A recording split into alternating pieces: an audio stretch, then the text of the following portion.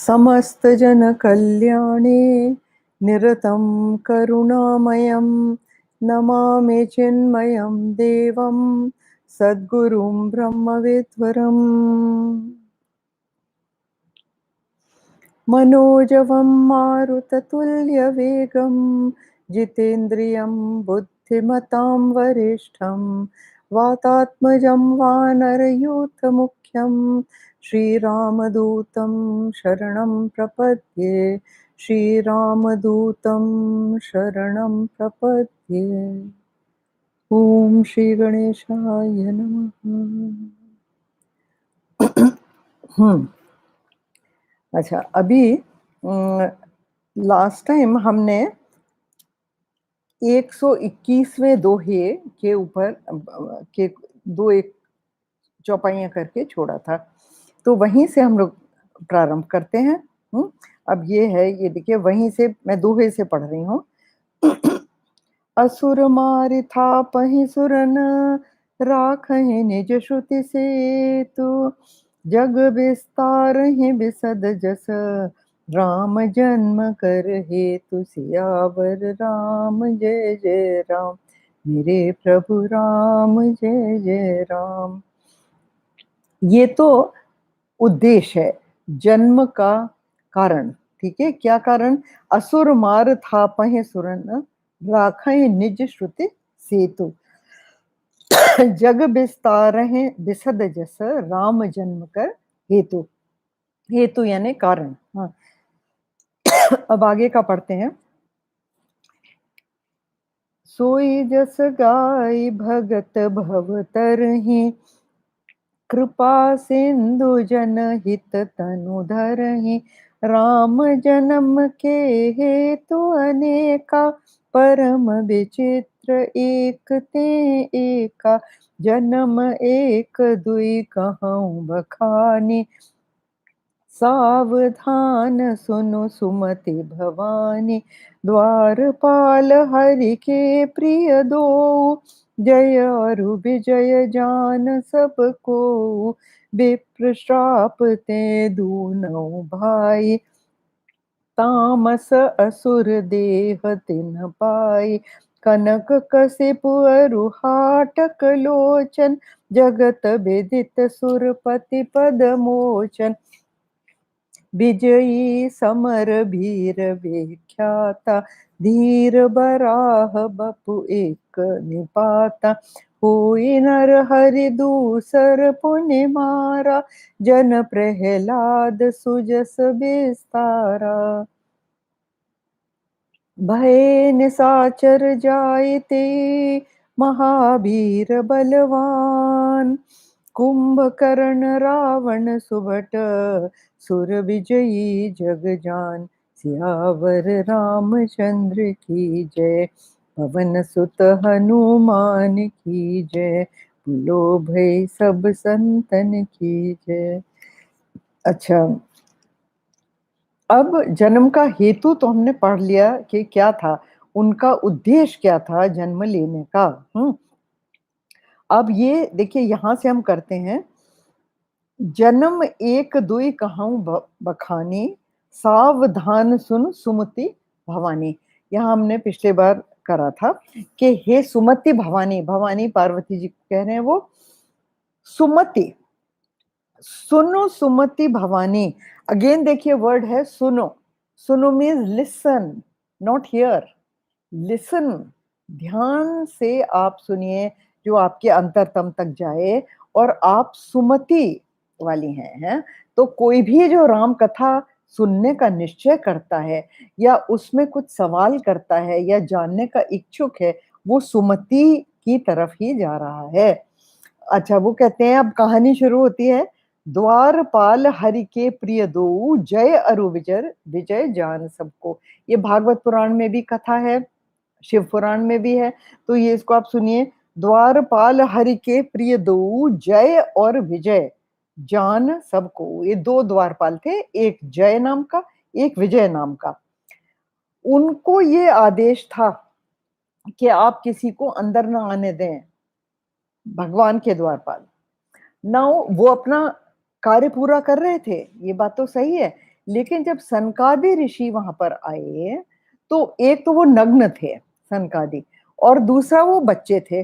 तो उनको लगा कि इनको मैं अंदर जाने दूँगा, तो ये तो भगवान को की पूजा में या जो भी ईश्वर कर रहे हैं, उसमें विघ्न डालेंगे, तो उन्होंने उनको रोका।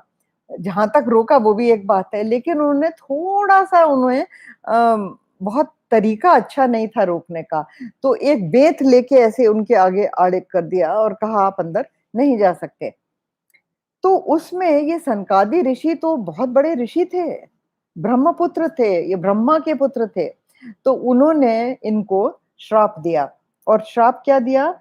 विप्र श्राप ते दोनों भाई तामस असुर देह तिन पाए। तामसी योनि में जन्म लिया और असुर का जन्म, असुर मीन्स राक्षस, मतलब वो राक्षस बनेंगे और सारी तामसी वृत्तियां, काम, क्रोध, मोह, मद, ये सब उनमें दर्शित होंगी। तो तामस असुर देह तिन पाए, कनक कसिप अरु हाटक लोचन, जगत विदित सुरपति मद मोचन। अब ये देखिए क्या लिखा है, जगत विदित, यानी बहुत उनकी प्रसिद्धि थी, सब लोग उनको जानते थे। अरे भाई इतने तामसी थे तो ये क्या बात हुई? अच्छा, सुरपति मदमोचन, यानी इतने वो ताकतवर थे और इतनी उनकी प्रसिद्धि प्रसिद्धि थी कि सुरपति मतलब इंद्र भगवान। इंद्र भगवान का मदमोचन, यानी उनका उनके घमंड को छुड़ाने वाले इतने प्रतापी ये राजा बने। कौन-कौन? कनकसिपु और हाटक लोचन, ये दोनों भाई थे। कनक कसिपु ये है जो स्वर्ण को ओढ़े हुए है, स्वर्ण का पहनावा जिसका हो, मटेरियलिस्टिक बेसिकली, हाँ। अच्छा, और दूसरा हाटक लोचन, लोचन इज आंख, हाटक हाटक इज गोल्ड, स्वर्ण। तो हाटक लोचन मीन्स जिसकी नजर हमेशा स्वर्ण पर ही हो, कि मुझे ये कैसे मिले, मुझे ये स्वर्ण कैसे प्राप्त हो, उसको कहते हैं हिरण्याक्ष। दूसरा नाम हिरण्याक्ष, मतलब वही है। हिरण्य इज सोना, स्वर्ण, आक्ष आंख, एंड हाटक लोचन वही चीज, हाँ। तो अरु हाटक लोचन जगत विदित सुरपति मद मोचन। और आगे इनका वर्णन सुनिए।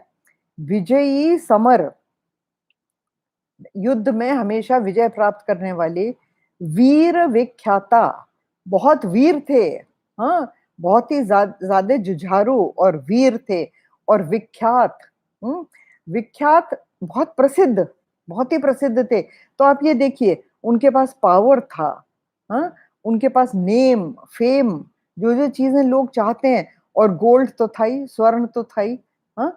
अच्छा, धैर्य बराह बपु एक निपाता। तो भगवान ने एक अवतार किसका लिया? वाराह का। वाराह होता है जंगली सुअर जिसके सींग होते हैं और दांत, सींग नहीं, सॉरी, व्हाट एम आई से, बड़े बड़े दांत होते हैं जिसके, वाराह। तो उसका उन्होंने, बपु में देह, बपु वाराह का शरीर लेके उसका निपाता, निपाता मीन्स उसका नाश करा। अब इसकी कहानी ये है कि एक बार बहुत बड़ी बाढ़ आई थी और उसमें पृथ्वी धरातल में समा गई थी, हाँ। और राक्षस बड़े प्रसन्न थे कि पृथ्वी धरातल में समा गई। नाउ उसके लिए प्रार्थना करी देवों ने, देवताओं ने और सबने, कि भाई इसको उबारा जाए। तो ईश्वर ने वाराह का रूप लिया। और कहानी ये है, क्योंकि वाराह जो है वो समुद्र में, पानी में भी जा सकता है और बाहर भी आ सकता है।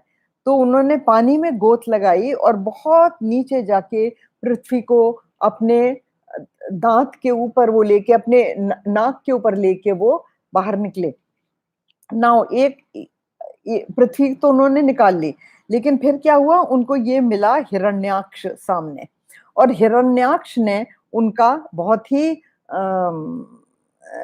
मजाक सा उड़ाया, हाँ, उनकी हंसी उड़ाई और कहा कि आज हमने ऐसा वारा देखा जो कि समुद्र के तले तक जा सकता है, ऐसा तो हमने कभी देखा नहीं। तो उनमें लड़ाई की संभावना हुई। भगवान ने, उन्होंने कहा वो पृथ्वी छोड़ दे, वो वापस जाने दे समुद्र के अंदर। तो उन्होंने नहीं किया, उन्होंने पृथ्वी उठा के रख दिया, जो वो आज भी चारों तरफ समुद्र है पृथ्वी के, isn't it? और पृथ्वी में ज्यादा पानी है और लैंड मास कम है, तो वो पृथ्वी को उन्होंने समुद्र के बीच में रख दिया और फिर उसके बाद उन्होंने इससे हिरण्याक्ष से लड़ाई करी ना, हिरण्याक्ष से लड़ाई करी और हिरण्याक्ष का वध करा उन्होंने। नाउ एक बात ध्यान रखिए देखिए, ये जो कहानी है वाराह की और वो पृथ्वी को लेके ऊपर आते हैं, तो वो ऐसा है कि उसमें वर्णन दिया हुआ है कि कंदुक इज बॉल, राउंड, तो वो पृथ्वी, गोल पृथ्वी को उठाकर ऊपर लाए।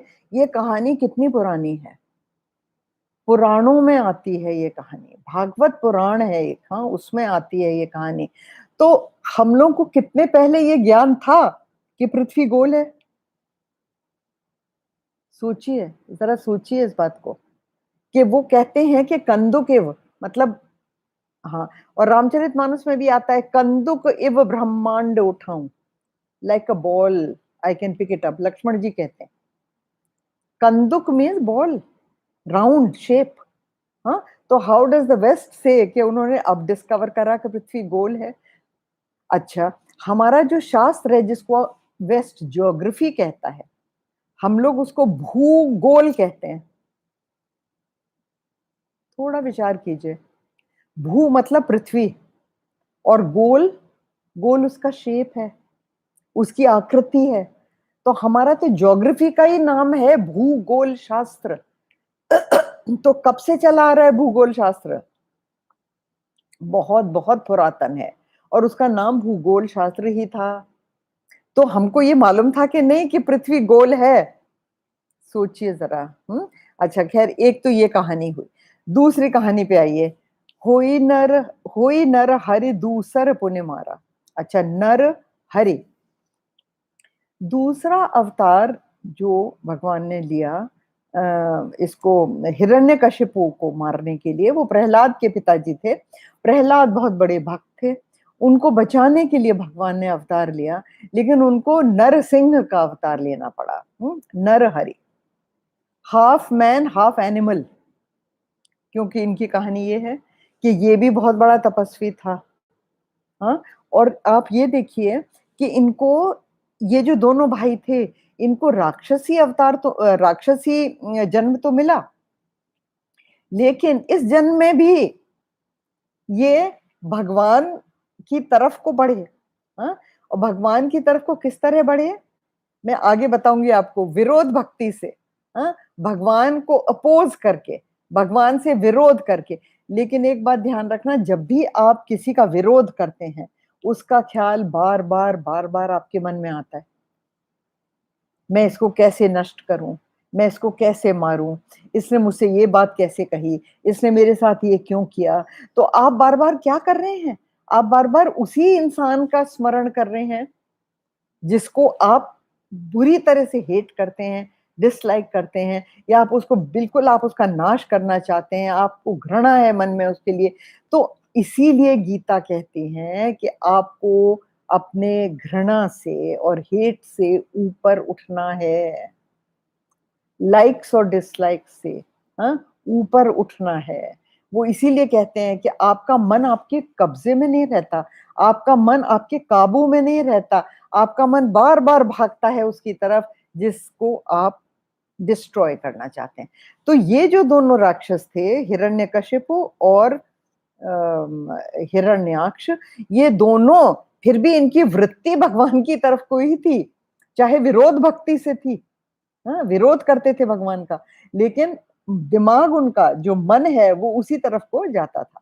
दूसरा आप ये देखिए, क्योंकि ये भक्ति करते थे, चाहे बेशक विरोधी हो, लेकिन क्योंकि ये भक्ति इतनी करते थे भगवान की, दिन और रात यही सोचते थे कि इनका नाश कैसे किया जाए, तो भगवान ने इनको क्या प्रदान करा, अपने भक्त को भगवान क्या देते हैं देखिए, हिरण्य, दैट मीन्स वेल्थ, विख्याति, फेम, हाँ, पावर, शरीर में बल, राजा बने, समर में विजयी, ऑल दीज थिंग्स, ये सारी की सारी चीजें भगवान अपने भक्त को प्रदान करते हैं, चाहे वो विरोधी ही क्यों न हो।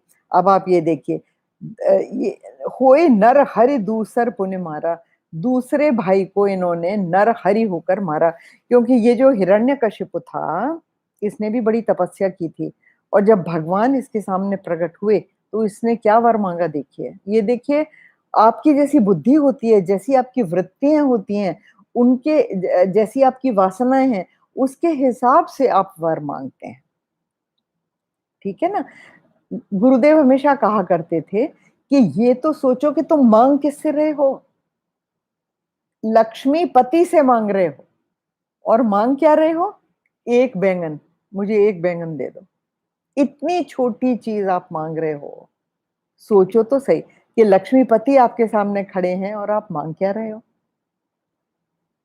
आप लक्ष्मीपति मांग सकते हो। हाँ, तो ये देखिए, उन्होंने क्या मांगा, ये हिरण्यकश्यप ने क्या मांगा कि मेरी मौत जो है वो प्रकृति के अधीन कोई भी वस्तु जो है उससे नहीं हो सकती, न तो नर से, न जानवर से, न दिन में, न रात में, न सुबह, न रात, न अंधेरे में, न रात में, और क्या, न हथियार से, हाँ, और समय क्या होना चाहिए, न दिन न रात, न मैं आसमान में मरूं, न मैं जमीन में मरूं, न मैं घर के अंदर मरूं, न मैं घर के बाहर मरूं। तो उन्होंने क्या सोचा कि ये सब मांगने से और ये सब एक एक बोलने से मैंने हर चीज जो प्रकृति में है वो अपने लपेटे में ले लिए, तो मैं तो किसी चीज से मर ही नहीं सकता। उसने अपनी बुद्धि चलाई, भगवान ने उसके लिए नरसिंह का अवतार लिया उसको मारने के लिए। Narasimha means half lion half man, आधा वो शेर थे, सिंह, और आधा वो नर थे, ह्यूमन बीइंग।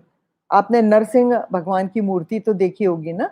हाँ, अच्छा, फिर उसने कहा था कि न मैं आसमान में मरूं न मैं जमीन में मरूं, तो उन्होंने उसको अपनी गोद में रख के मारा। अच्छा, उनने कहा कि न मैं घर के अंदर न बाहर, तो उनने भगवान ने घर की चौखट में बैठ के, एक पैर घर के अंदर और एक पैर उनका घर के बाहर था, ऐसे बैठे वो। अच्छा, फिर उसने कहा कि हाँ, और उन्होंने कहा कि न ही मैं हथियार से मरूं, तो हथियार तो उनने यूज ही नहीं कर रहा, उनने अपने नख से, वो जो शेर के नाखून थे, उससे पकड़ के उसका हृदय और पेट चीर दिया, तो हथियार नहीं यूज करा, ठीक है। अच्छा, फिर उन्होंने कहा था कि न मैं दिन में मरूं न रात में, तो उन्होंने शाम का समय निश्चित करा, जब आधा अंधेरा आधा उजाला होता है, तो न तो आप उसको दिन कह सकते हैं ना आप उसको रात कह सकते हैं।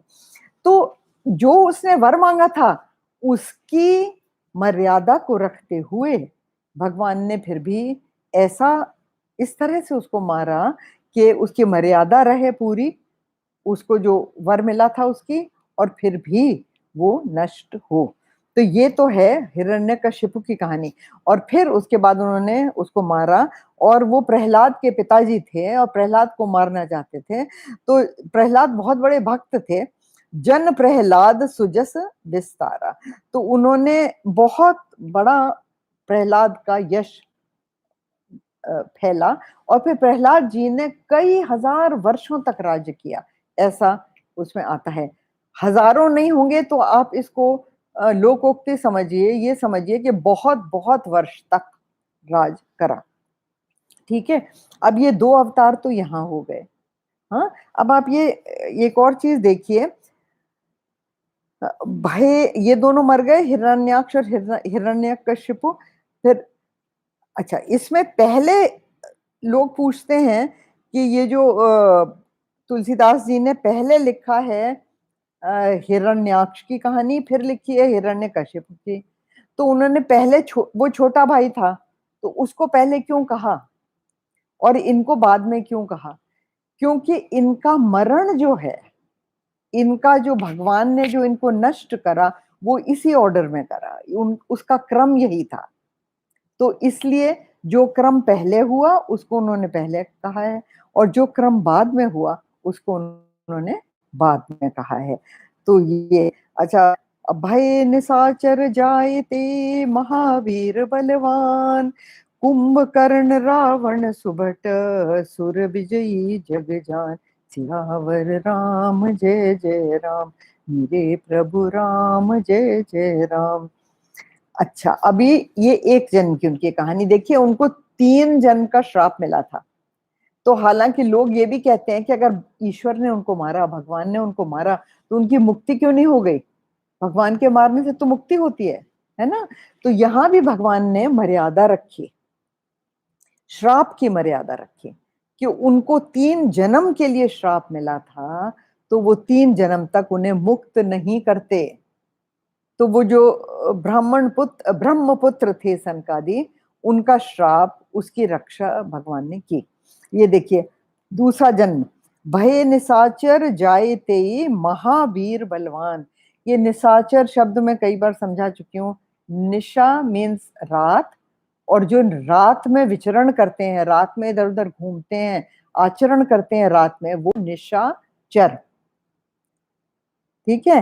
हाँ, आप देखेंगे कि जितने भी लोग इविल डीड्स करते हैं, चोर, डकैत, शराबी, कबाबी, दूसरों को डसने वाले जो जितने होते हैं, सांप, बिच्छू, लायंस, टाइगर्स, जो शिकार करने वाले होते हैं दूसरे जानवरों का, वो सब रात में निकलते हैं। इसीलिए वो उनकी वृत्ति निशाचर वृत्ति है। तो ये देखिए, भये निशाचर जायते महावीर बलवान। लेकिन ये दूसरे जन्म में भी ये क्या हुए? बहुत महावीर और बलवान। देखिए भगवान इनमें कमी नहीं रखते कभी भी, आप ये नोटिस करिए, क्योंकि ये जय विजय भगवान के द्वारपाल थे और भक्ति इनमें फिर भी बनी रही जन्मों में। राक्षसी जन्म था लेकिन विरोध भक्ति से ये, अब ये देखिए इनको क्या मिला? महावीर और बहुत बलवान। नाम क्या रहे इनके? कुंभकर्ण रावण। कुंभकर्ण रावण का भाई था। और रावण, अच्छा ये देखिए कुंभकर्ण, कुंभ, इसका कुंभ मतलब मटका होता है, कुंभ का मतलब होता है मटका, बड़ा मटका। तो उसका जो पेट है, क्योंकि वो खाता बहुत था, तो उसका जो पेट है वो कुंभ की तरह था, बहुत बड़े मटके की तरह था, तो इसलिए उसका नाम कुंभकर्ण। और रावण, रावण का अर्थ होता है रुलाने वाला, जो दूसरों का रुदन करता है, जो दूसरों को रुलाता है, उसके कर्म ऐसे होते हैं जिससे दूसरों को परेशानी हो, दूसरों को दुख हो, उसको रावण कहते हैं। तो कुंभकर्ण रावण सुभट, पर वो महावीर, बहुत वीर थे। सुभट, सुभट मीन्स ग्रेट वॉरियर्स। हाँ, सुर विजयी, इतने बड़े वो लड़ाकू जुझारू थे कि उन्होंने सुर विजयी के देवताओं पे विजय प्राप्त कर ली थी रावण ने, हाँ, और कुंभकर्ण ने। और सब लोग जानते हैं ये बात, जग जान। तो उनकी प्रख्याति, विख्याति सब दूर दूर फैली हुई थी। ऐसे ये दोनों राक्षस थे। अब आगे चलते हैं। मुकुत न भये हते भगवाना, 3 जन्म द्विज वचन प्रवाना। एक बार तिनके हित लागे, धरे ओ शरीर भगत अनुरागे। कश्यप अदिति तहाँ पितु माता, दशरथ कौसल्या विख्याता। एक कल्प एहि विधि अवतारा, चरित पवित्र किए संसारा। ये दूसरे मैं यहीं पर रुकती हूँ, क्योंकि ये दूसरे जन्म की कथा यहीं पे समाप्त होती है। अब दूसरा जन्म, ये देखिए, मुकुत न भये हते भगवाना। ये मैं अभी आपको बता चुकी कि भगवान ने क्योंकि इनको मारा तो इनकी मुक्ति हो जानी चाहिए थी, किंतु मुक्ति नहीं होती, क्योंकि इनको श्राप मिला था 3 जन्म का। भगवान उस श्राप की मर्यादा को बाकायदा सलामत रखते हैं।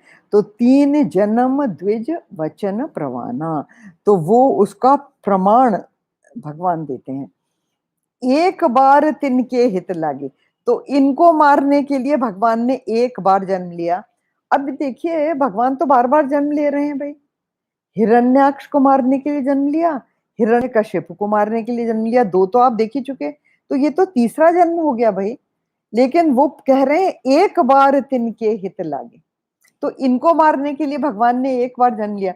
वो एक बार इसलिए कहते हैं कि पार्वती जी जिन्होंने प्रश्न किया है, उन्होंने एक ही जन्म का प्रश्न पूछा है।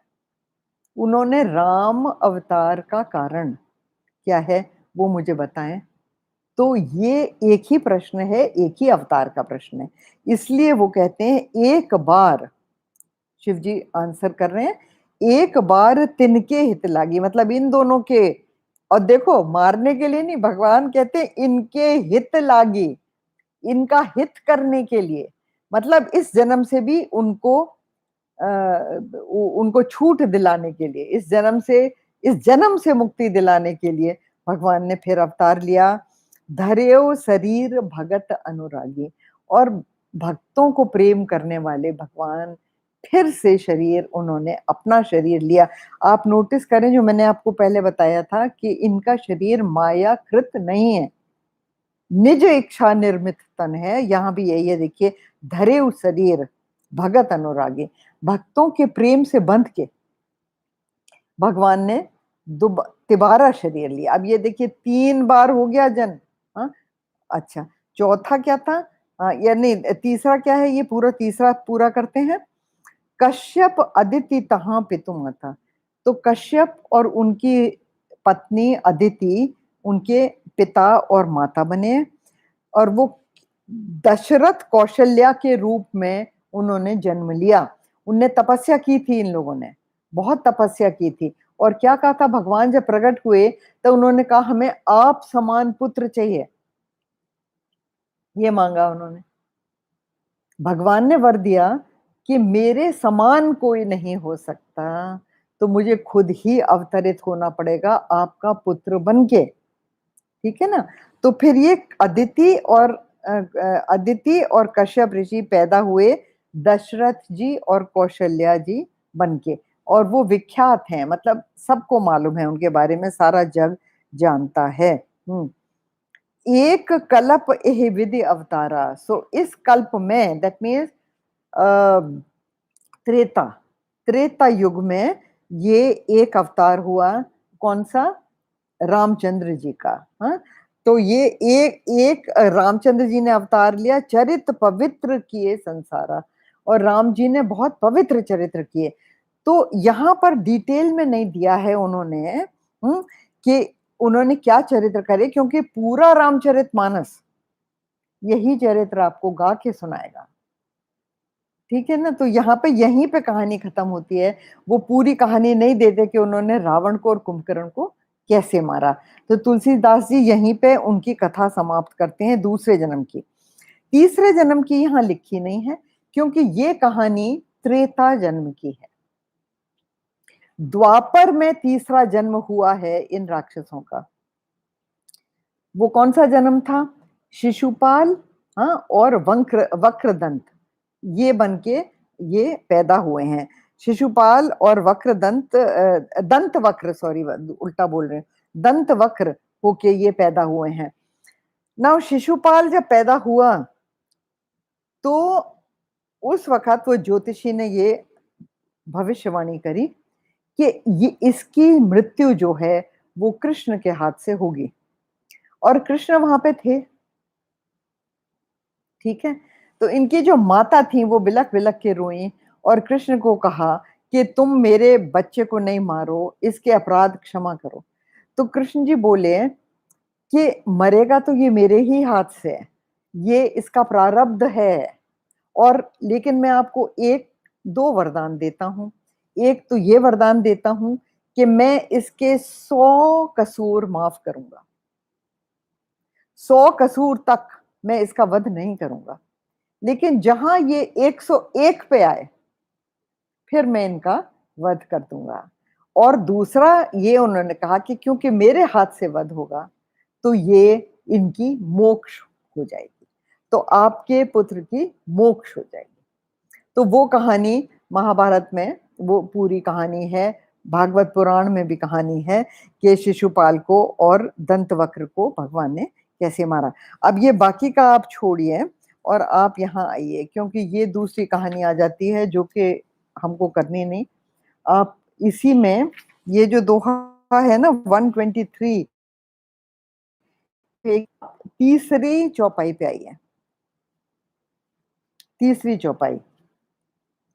अब यहाँ से जो असली कारण राम जन्म के हैं, हाँ, वो शुरू होते हैं रिलेटेड टू राम जी का जन्म, राम जन्म के कारण, क्योंकि पार्वती जी ने वो ही पूछा है।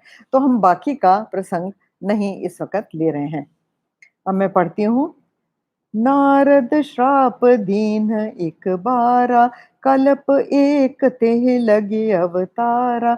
गिरजा चकित भई सुने बानी, नारद विष्णु भगत पुण्य ज्ञानी। कारण कवन श्राप मुनि दीना, का अपराध रमापति कीना। यह प्रसंग मोहे कहु पुरारी, मुनि मन मोह आचरज भारी। बोले बिहस महेश तब, ज्ञानी मूढ़ न कोई। जेहि जस रघुपति करहि जब, सो तस तेहि सन होय। सियावर राम जय जय राम, मेरे प्रभु राम जय जय राम। और फिर सोठा आता है। कहूँ राम गुण गात, भरद्वाज सादर सुनहु। भव भंजन रघुनाथ, भज तुलसी तज मान मद। अच्छा, अब यहां से आइए। नारद श्राप दीन एक बारा। नारद जी तो बहुत बड़े ऋषि हैं और बहुत बड़े राम जी के भक्त हैं। एक बात आप हमेशा ध्यान में रखना कि भगवान अपने भक्तों का श्राप भी ग्रहण करते हैं। अगर कोई भक्त उसमें इतना तप है कि वो ईश्वर को श्राप दे सकता है, तो भगवान उस श्राप को भी ग्रहण करते हैं। अब ये देखिए नारद जी ने श्राप दिया। नारद श्राप दीन एक बारा, कल्प एक तेह लगे अवतारा। तो एक कल्प में भगवान का अवतार इसी कारण से हुआ कि नारद जी के श्राप की महिमा बताने के लिए। गिरिजा चकित भई सुने बानी, यहाँ पर गिरिजा कहा है। देखिए गिरि जो होता है वो पर्वत होता है, उसको जड़ कहते हैं। तो जड़ बुद्धि जो होती है, गिरिजा जी क्योंकि गिरि से पैदा हुई हैं, तो उनकी बुद्धि में थोड़ी जड़ता है। हाँ तो वो एक तो गिरिजा चकित भई सुने बानी, वो उनकी वाणी वाणी सुन के, शिव जी की वाणी सुन के उनको बहुत ही ताज्जुब हुआ कि ये कैसे हो सकता है। नारद विष्णु भगत पुण्य ज्ञानी। तो क्या बोली वो कि नारद तो विष्णु भगत हैं और नॉट ओनली दैट पुण्य ज्ञानी और बहुत बड़े ज्ञानी हैं। तो उन्होंने भगवान को कैसे श्राप दिया। कारण कवन श्राप मुनि दीना, का अपराध रमापति कीना। तो रमापति लक्ष्मीपति ने क्या अपराध किया होगा जिससे कि ये मुनि ने उनको श्राप दिया। यह प्रसंग मोय कहु पुरारे। तो वो शिव जी से कहते हैं कि हे पुरारे, मुझे वो प्रसंग सुनाइए। अब शिव जी का नाम पुरारी है। पुर मीन्स शहर, पुर का मतलब होता है शहर और अरि मतलब दुश्मन। तो वो कौन से तीन लोगों के दुश्मन हैं भैया, आप सोचो ये नाम त्रिपुरारी। ये एक कहानी बना देते हैं कि एक त्रिपुर नाम का राक्षस था। त्रिपुर नाम का राक्षस था और उससे सारे जो मुनि और योगी और तप करने वाले लोग हैं वो परेशान थे। न वो किसी को पूजा करने देता था, न हवन कीर्तन करने देता था। बहुत बहुत परेशान थे।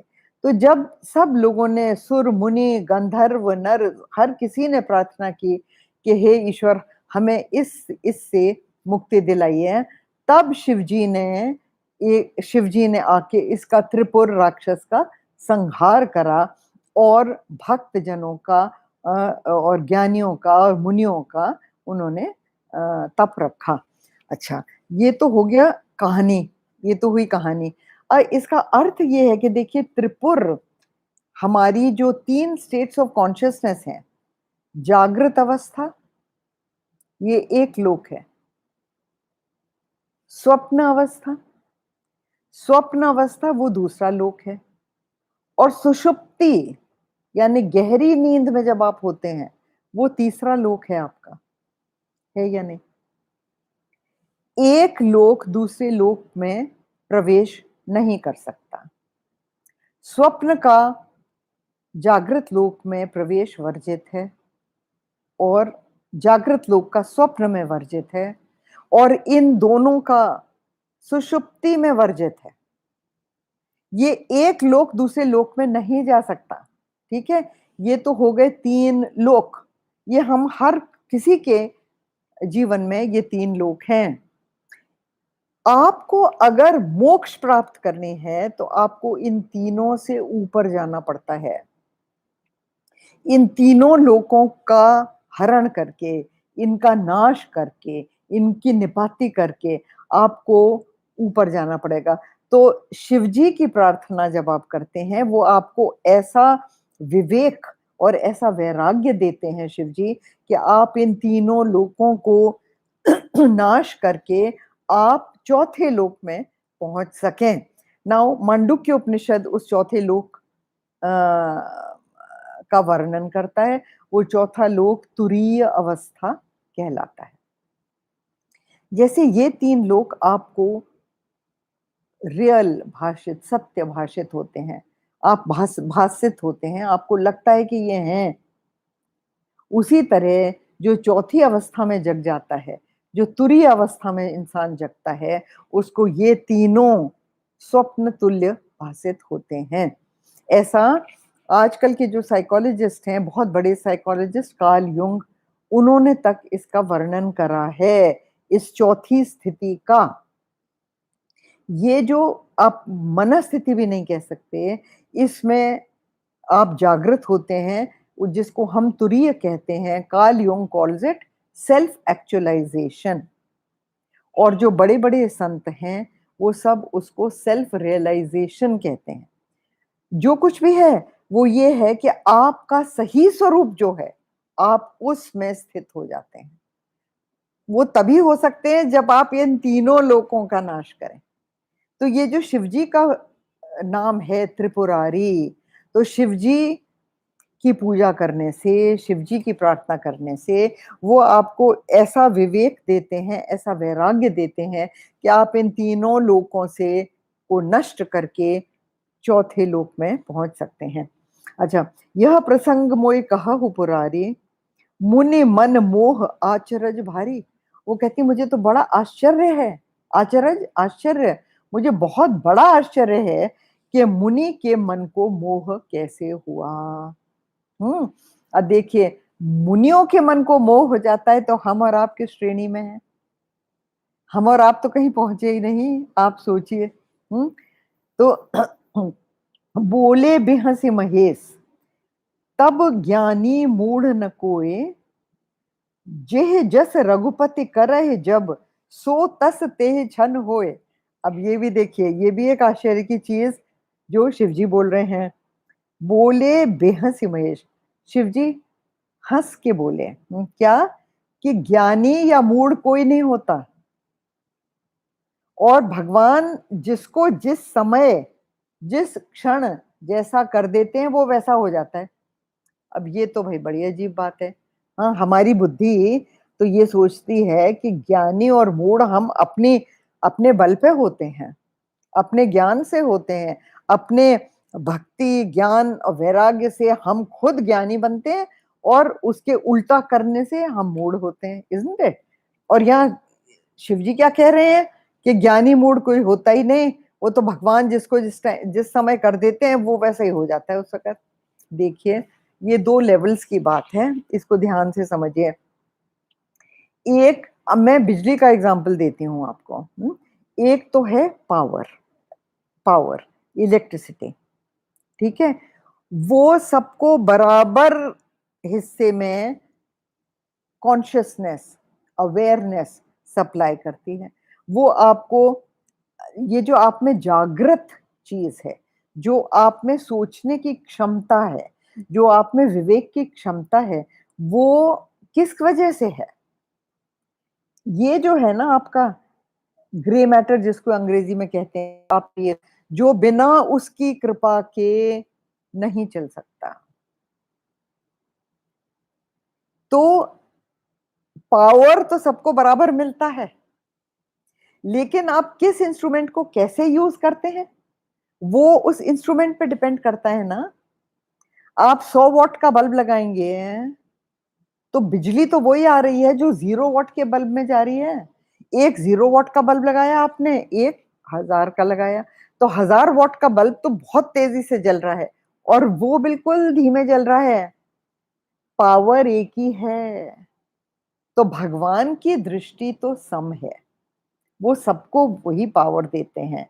वो नहीं कहते कि आप उसको ज्ञानी मत बनिए या मूढ़ मत बनिए या क्या, वो नहीं करते। लेकिन फिर ये लाइन क्या कहती है? ये कहती है जेह जस रघुपति करें तब सो तस तेहि छन हुए। देखिए ये भगवान की कल्याण लीला है। नारद जी के भी प्रसंग में भगवान नारद जी को बहुत बड़े ज्ञानी थे ये। इस प्रसंग में भगवान उनको मूढ़ बना देते हैं। ठीक है ना? तो मूड क्यों बनाते हैं? कल्याण लीला वश होकर। ये भगवान के बहुत बड़े भक्त थे नारद जी। भगवान ये देखते हैं कि कोई भी भक्त उनका नाश को प्राप्त नहीं हो। ये गीता में भी प्रॉमिस है, इज़न्ट इट? गीता में उन्होंने ये प्रॉमिस करा है कि मेरा भक्त कभी नष्ट नहीं होता। ये आश्वासन दिया है उन्होंने कि मेरा भक्त कभी नष्ट नहीं होता। तो यहाँ पर फिर ये अविवेकी के कारण कैसे नष्ट हो जाएँगे? मूढ़ता के कारण कैसे नष्ट हो जाएँगे? तो भगवान जो मूढ़ता देते हैं, वो कल्याणकारी हो, ऐसी मूढ़ता देते हैं। अच्छा, तो देते क्यों हैं भई, मूढ़ता देते क्यों हैं वो? इसलिए देते हैं कि आपका खुद का मन जब विवेक से हट के और प्रारब्धवशात मूढ़ता की तरफ को जाता है, तो भगवान उस मूढ़ता को भी ऐसा सुंदर रूप देते हैं कि वो आपका मद नष्ट करते हैं, मोह नष्ट करते हैं, अभिमान नष्ट करते हैं और आपको फिर भक्ति के रास्ते पे ऊपर उठाते हैं ज्ञान दे के। अ, देखिए, जब भी प्रारब्ध बहुत बड़ी चीज़ होती है, तो जब किसी भी ऋषि, मुनि, नर जो देह रूप है, हर देह प्रारब्ध वशात पैदा होती है। तो जब देह रूप अगर आप हैं और आप में कोई अंश छोटा-सा भी मोह का रह गया है, तो वो ज़रूर घटित होगा। वो आपके जीवन का काल में वो प्रसंग ज़रूर आएगा और आपकी बुद्धि उस समय के लिए ऐसी मोहित हो जाएगी कि आप कोई भी गलत काम कर बैठें। हर एक की ज़िंदगी में ऐसा होता है। जो आप बार में कहते हैं, पता नहीं मेरी बुद्धि को क्या हुआ था उस वक़्त जो मैंने ऐसा किया। कहते हैं या नहीं कहते? हाँ, तो ये ऐसा नहीं है कि हम लोग सब बहुत बड़े इतने बड़े ज्ञानी हैं कि हमने कभी कोई गलती नहीं करी, ऐसा नहीं है। मुनि, नर, देवता कोई भी हो, वो प्रारब्धवश कभी मूढ़ता का काम ज़रूर करते हैं, प्रारब्धवश अगर उनके प्रारब्ध में वो है, तो इतनी ज़ोर से आपकी बुद्धि को प्रारब्ध खींचता है कि आप उसकी तरफ जाते हैं, आप रुक नहीं सकते हैं। काम से, क्रोध से, मोह से, मात्सर्य से, ये इस तरह के कारण होते हैं, ये जो तो उनसे आप ये कार्य करते हैं, तो वो फ़ॉल्ट भगवान का नहीं है, वो फ़ॉल्ट जो है कल्याण मतलब वो भगवान तो आपको बचाते हैं कल्याण लीला करके। देखिए, पहाड़ अगर आपके ऊपर गिरना है, तो वो पहाड़ गिरेगा ज़रूर, लेकिन ईश्वर कृपा से वो कल्याण करेंगे आपका कि वो पहाड़ रुई का हो जाएगा।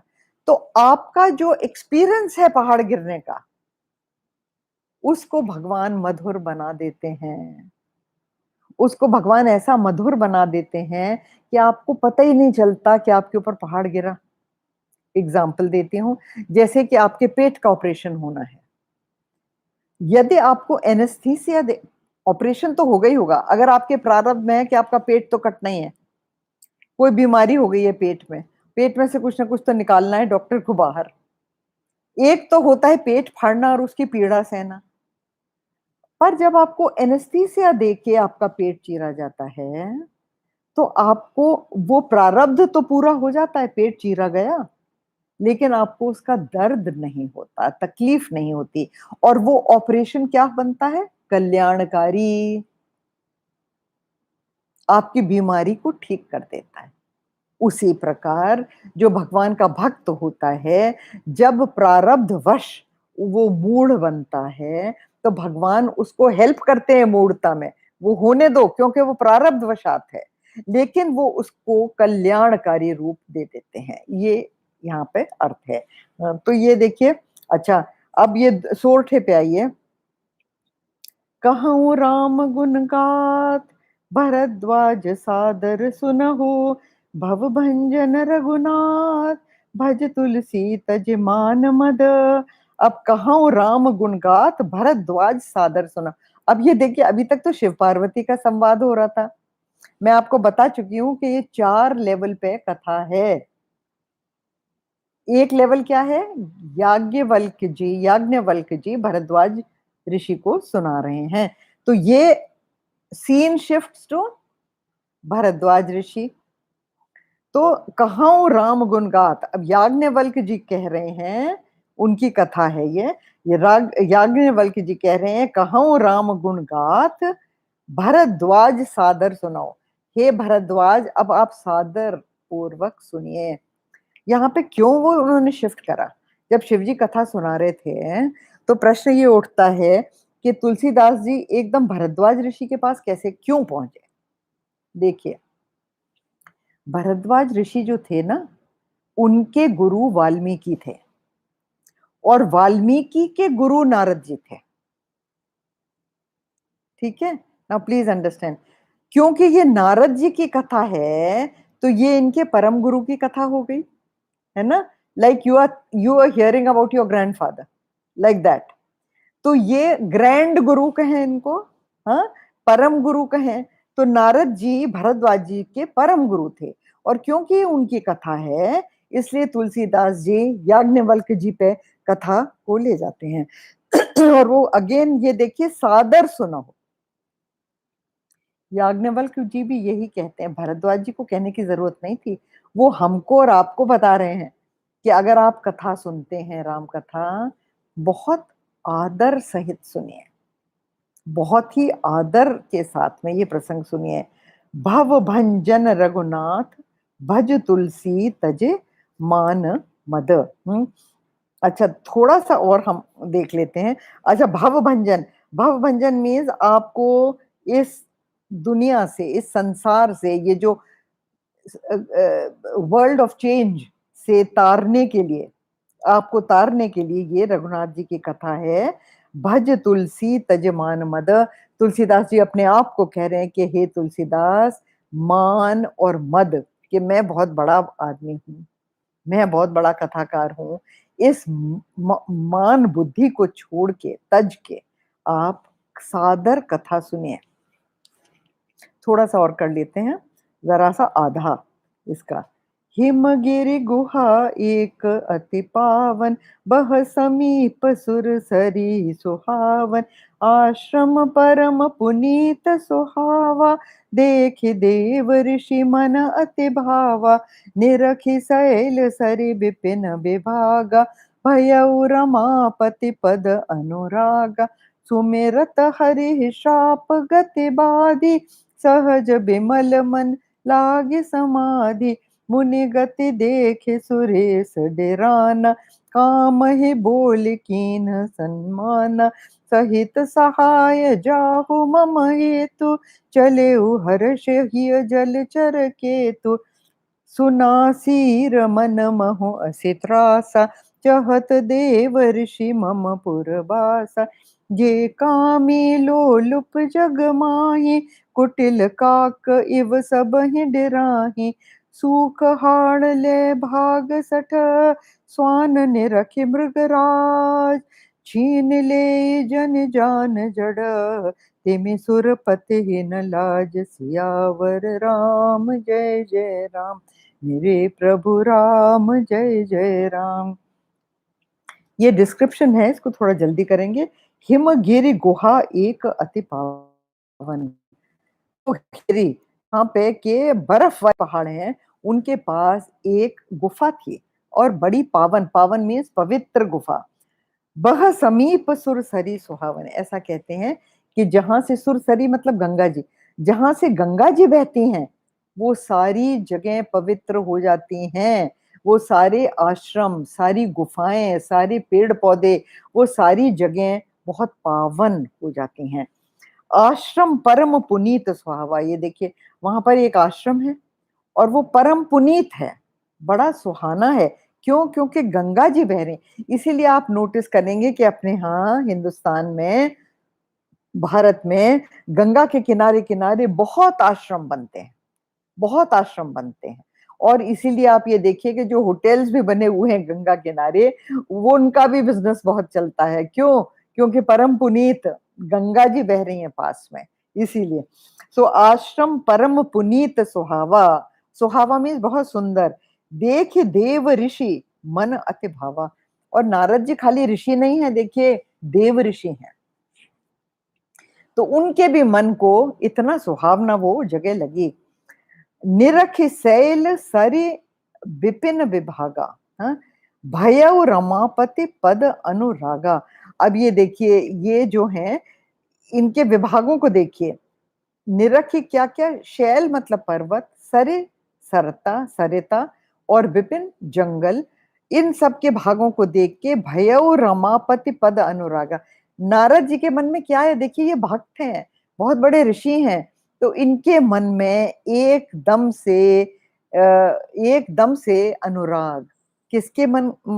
रमापति पद, भगवान के चरण कमल में इनका मन एकदम लग गया। देखिए ये जगह की भी महिमा होती है, लेकिन आपकी बुद्धि की भी महिमा होती है। आपकी बुद्धि अगर निर्मल है तो वो सुंदर जगह को देखकर एकदम भगवान को, रमापति याद करेगी। और यदि आपकी बुद्धि अशुद्ध है तो आपके मन में काम का ख्याल आएगा। ये जगह की महिमा होती है कि वो आपकी बुद्धि से फिल्टर होके आपके मन तक पहुंचता है। सुमेरत हरि श्राप गति बाधी, पर उनको एकदम क्या याद आ गया कि मुझे तो ये श्राप मिला हुआ है कि मैं एक जगह नहीं रुक सकता। यहाँ वो समाधि लेना चाहते थे, यहाँ पर वो बैठकर ध्यान करना चाहते थे, मेडिटेशन करना चाहते थे। लेकिन नारद जी को देखिए श्राप मिला हुआ है क्या? कि वो एक जगह नहीं टिक सकते। और किसने श्राप दिया था? ये श्राप दिया था दक्ष प्रजापति ने, क्योंकि दक्ष प्रजापति के जो बेटे थे उनको नारद जी ने उपदेश दिया, ऐसा ज्ञान दिया कि वो तो सन्यासी बन गए और घर बार छोड़ के वो चले गए। तो दक्ष को बहुत नाराजगी थी नारद जी से कि तुमने मेरा घर बर्बाद करके रख दिया, तुमने इनको ऐसी सीख दी जो ये घर छोड़ के और ये भगवान की पूजा में लग गए। तो इसलिए तुमको मैं ये श्राप देता हूं कि तुम एक जगह टिक ही ना सको, जिससे तुम ज्यादा उपदेश ही नहीं कर सको किसी को, जगह जगह घूमते रहोगे। तो नारद जी क्योंकि बहुत बड़े ऋषि थे, उन्होंने ये श्राप मान लिया। लेकिन जैसे ही उन्होंने भगवान का स्मरण करा यहाँ पर, वो श्राप स्थगित हो गया कुछ देर के लिए। देखिए, सुमिरत हरि ही श्राप गति बाधी, वो श्राप में बाधा पड़ गई, वो श्राप एकदम बंध गया और उससे वो विचलित नहीं हुए। सहज विमल मन लागे समाधि, और उनका मन स्वाभाविक ही निर्मल है, स्वाभाविक ही निर्मल है। हाँ, और समाधि जो है वो देखिए मन के अधीन होती है। प्लीज ध्यान देना इस बात को। मैंने अभी गीता का 6th चैप्टर आपके साथ करा है। समाधि जो है वो मन के आधारित होती है। आपका मन अगर निर्मल है तो समाधि में कोई आपको प्रॉब्लम नहीं होगी, एकदम आपका मेडिटेशन होगा, एकदम आपका ध्यान केंद्रित हो जाएगा और लग जाएगा। लेकिन अगर आपके मन में अशुद्धियां हैं, अगर आपके मन में मल है कोई भी प्रकार का, तो आपका मन उससे रंगा हुआ है और आप समाधि में नहीं जा सकते, चाहे आप कितनी भी कोशिश कर लें। तो यहाँ पर सहज विमल मन, उनका तो बाय नेचर उनका मन जो है वो निर्मल है, तो उनकी समाधि लग गई। अच्छा, मुनि गति देख सुरेश डिराना, अब ये एक अलग बात है। सुरेश है इंद्र, सुरों का राजा, देवताओं का राजा, सुर ईश 2 शब्दों से ये वर्ड बना है, सुर ईश, सुरेश।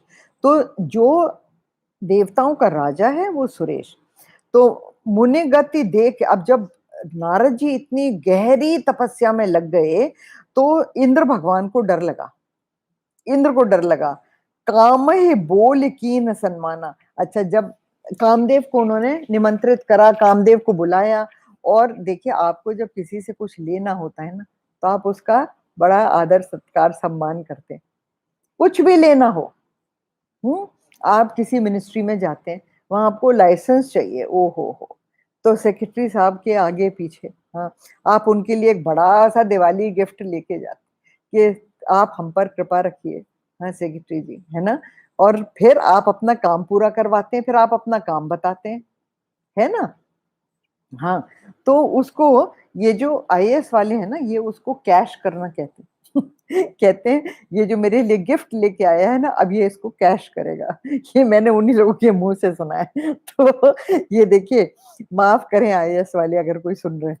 निरख सैल सरि विपिन विभागा, नहीं सॉरी, ये देखिए, कामय बोल कीन सन्माना, तो कामदेव को बुला के उन्होंने उसका सम्मान किया, उसको बहुत आदर सत्कार किया कि भैया तू मेरा काम कर। और सुरेश डिराना, इंद्र भगवान को डर क्यों लगा?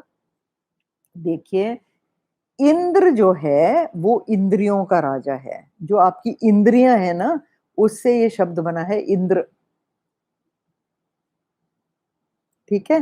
तो वो इंद्रियों को कंट्रोल करते हैं, और इंद्रियों को वो, क्योंकि उन्होंने बाहरी बनाया हुआ है, तो इंद्रियां भागती हैं काम के पीछे। हाँ, जो आपको चाहिए, मुझे ये चाहिए, मुझे वो चाहिए, मुझे ये देखना है, मुझे ये खाना है, मुझे ये सुनना है, मुझे ये, तो इंद्रियां भागती रहती हैं, तो इंद्र भगवान खुश रहते हैं, क्योंकि उनकी इंद्रियां अपना काम कर रही हैं। जब आप समाधि में जाने लगते हैं, तो आप सारी इंद्रियों को बंद कर देते हैं, कान बंद, आंख बंद, जब गहरी मुंह बंद, जब गहरी समाधि में होते हैं, तो आपका श्वास भी सिर्फ नासिका में ही चलता है, हल्का हल्का, इतना हल्का कि आपको पता ही नहीं चलता कि आप सांस ले रहे हैं, इतना हल्का सांस हो जाता है समाधि में। तो सूर्य वो तो डर गए कि मेरी तो इंद्रियां दे ऑल क्लोजिंग डाउन। हाँ, तो जब फैक्ट्री बंद हो रही है तो भाई मालिक तो डरेगा ना। तो फिर वो क्या, कामदेव को बुला के उसका सम्मान करते हैं, और क्या कहते हैं, सहित सहाय जाहु मम हेतु, यार मेरे लिए मेरा काम कर दो, मेरे हेतु, मेरे भलाई के लिए आप सेना सहित जाना, अकेले मत जाना, क्योंकि कामदेव अकेला कितना कर लेगा, ये तो बहुत बड़े मुनि हैं। सेना के सहित जाओ, और कामदेव की सेना क्या है, त्रिविध बयारी, हवा बहुत अच्छी, काम काम को उत्तेजित करने वाली हवा, शीतल मंद सुगंध, ये 3 क्वालिटीज हैं उसकी। ऐसी हवा चलाइए, फूल पौधे हो, हरियाली हो, बहुत सुंदर देश हो, गाना बजाना हो, नृत्य हो, हाँ, और नृत्यांगनाएं हो जो नाच रही हो, ये सब कामदेव की सेना है। तो वो ये कहते हैं, सहित सहाय जाओ मम हेतु, चले ओ हर्ष ही जलचर के तो कामदेव जो है वो बड़ी खुशी खुशी चले इनकी भलाई करने के लिए, इंद्र भगवान की भलाई करने के लिए। और यहां पर शब्द है, देखिए, जलचर केतु। जलचर इज कौन, मछली। कामदेव की जो ध्वजा है, पताका, जो उसके रथ के ऊपर होती है, उस पे मछली बनी हुई है। मछली को ये कहते हैं जलचर केतु, जल में विचरण करने वाला जीव, मछली। तो कामदेव की ध्वजा पे भाई मछली क्यों बनी हुई है? ये सोचने की बात है कि मछली से उनको क्या क्या है तात्पर्य। हाँ, अच्छा, देखिए, मछली जो है, वो पहली बात तो ये कि मछली जो है वो उसकी वो हमेशा गतिमान होती है। आप पानी में मछली को देखें, वो हमेशा ऐसे, ऐसे, ऐसे, ऐसे, ऐसे, ऐसे ऊपर-नीचे हर वक़्त वो चल रही होती है, जल्दी-जल्दी, धीरे-धीरे पर वो गतिमान होती है हमेशा, ठीक है? तो वो मन का प्रतीक है। मन भी आपका चंचल और गतिमान होता है सारे समय और जो कामदेव है, जो काम से उठती है, कामदेव का एक है, ठीक है ना? एक नाम मनस्य जो है, हुँ? तो ये क्या है? मन से उत्पन्न होने वाली का nobody can fall in love if he doesn't have a mind. हाँ, सोच के देखो, जब तक आपका मन नहीं खिंचता किसी की तरफ, आप मोह में नहीं फँस सकते हैं। आपका मन, गतिमान मन जो है, मछली की तरह जो गतिमान मन है, जब वो खींचेगा किसी एक तरफ, तभी आप जाएँगे। तो क्योंकि मछली भी गतिमान है और मन भी गतिमान है और काम शक्ति मन से उपजती है, इसलिए एक तो ये कारण है मछली का। दूसरा कारण ये है कि मछली जो है, वो उसकी शेप क्या होती है? जैसे आपकी आँख की शेप होती है ना, वैसे मछली की शेप होती है।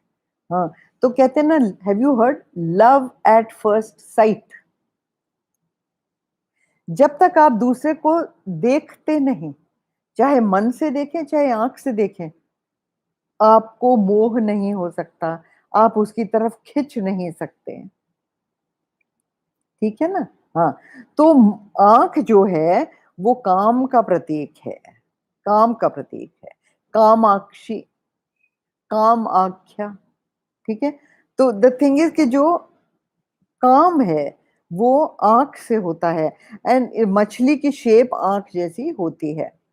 देखिए इसीलिए कई जगह स्पेशली बंगाल में, असम में जब शादी होती है एक लड़का-लड़की की, तो वो लोग ऐसा रिवाज है उनके यहाँ कि वो एक थाल में मछली बेचते हैं। Can you imagine?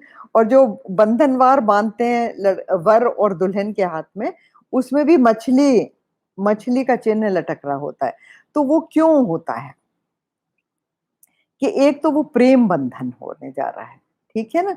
प्रेम बंधन होने जा रहा है, तो वो मन पे निर्भर है प्रेम बंधन। दूसरी बात सबसे बड़ी जो है वो ये कि ऐसा कहते हैं कि जलचर तो कई होते हैं, हुँ? देखिए मगरमच्छ होता है, वो भी पानी के अंदर बाहर जाता है, ठीक है? कमट, कछुआ, वो भी पानी के अंदर बाहर जाता है। सर्प, हाँ? वो भी पानी के अंदर बाहर जाता है, ठीक है? और क्या, कछुआ, मगरमच्छ, सर्प और एक और है, व्हाटएवर। तो वो ये जो हैं जीव, ये पानी के अंदर भी जाते हैं और बाहर भी आते हैं। बाहर भी ये ज़िंदा रहते हैं, पानी के अंदर भी ज़िंदा रहते हैं। लेकिन मछली ही सिर्फ़ उसकी प्रीति सच्ची मानी जाती है। मछली की प्रीति को बहुत सत्य माना जाता है। वो ऐसे सत्य माना जाता है कि अगर आप उसको पानी से अलग कर दें, तो वो मर जाती है, वो अपनी देह तज देती है। तो बिना पानी के वो रह नहीं सकती, उसकी प्रीत इतनी सच्ची है जल से। तो वो मैसेज जब वो शादी में, ब्याह में वो मछली भेजते हैं, उसका अर्थ ये है कि आप दोनों वर-वधू की प्रीति इतनी सच्ची हो, जैसे कि ये मछली और पानी की प्रीति होती है, ऐसी सत्य प्रेम आप दोनों का एक-दूसरे के लिए रहे और आप हमेशा साथ रहें और आपका जीवन साथ-साथ रहे, इसलिए वो जलचर केतु। अच्छा, मेरे ख्याल समय हो गया, तो हम यहीं समाप्त करते हैं आज, अगली बार आगे से देंगे। ॐ पूर्णमद पूर्णमिदं पूर्णात् पूर्णमुदच्यते पूर्णस्य पूर्णमादाय पूर्णमेवावशिष्यते। ॐ शान्ति, शान्ति, शान्तिः। हरि ओम्। श्रीगुरुभ्यो नमः। हरि ओम्।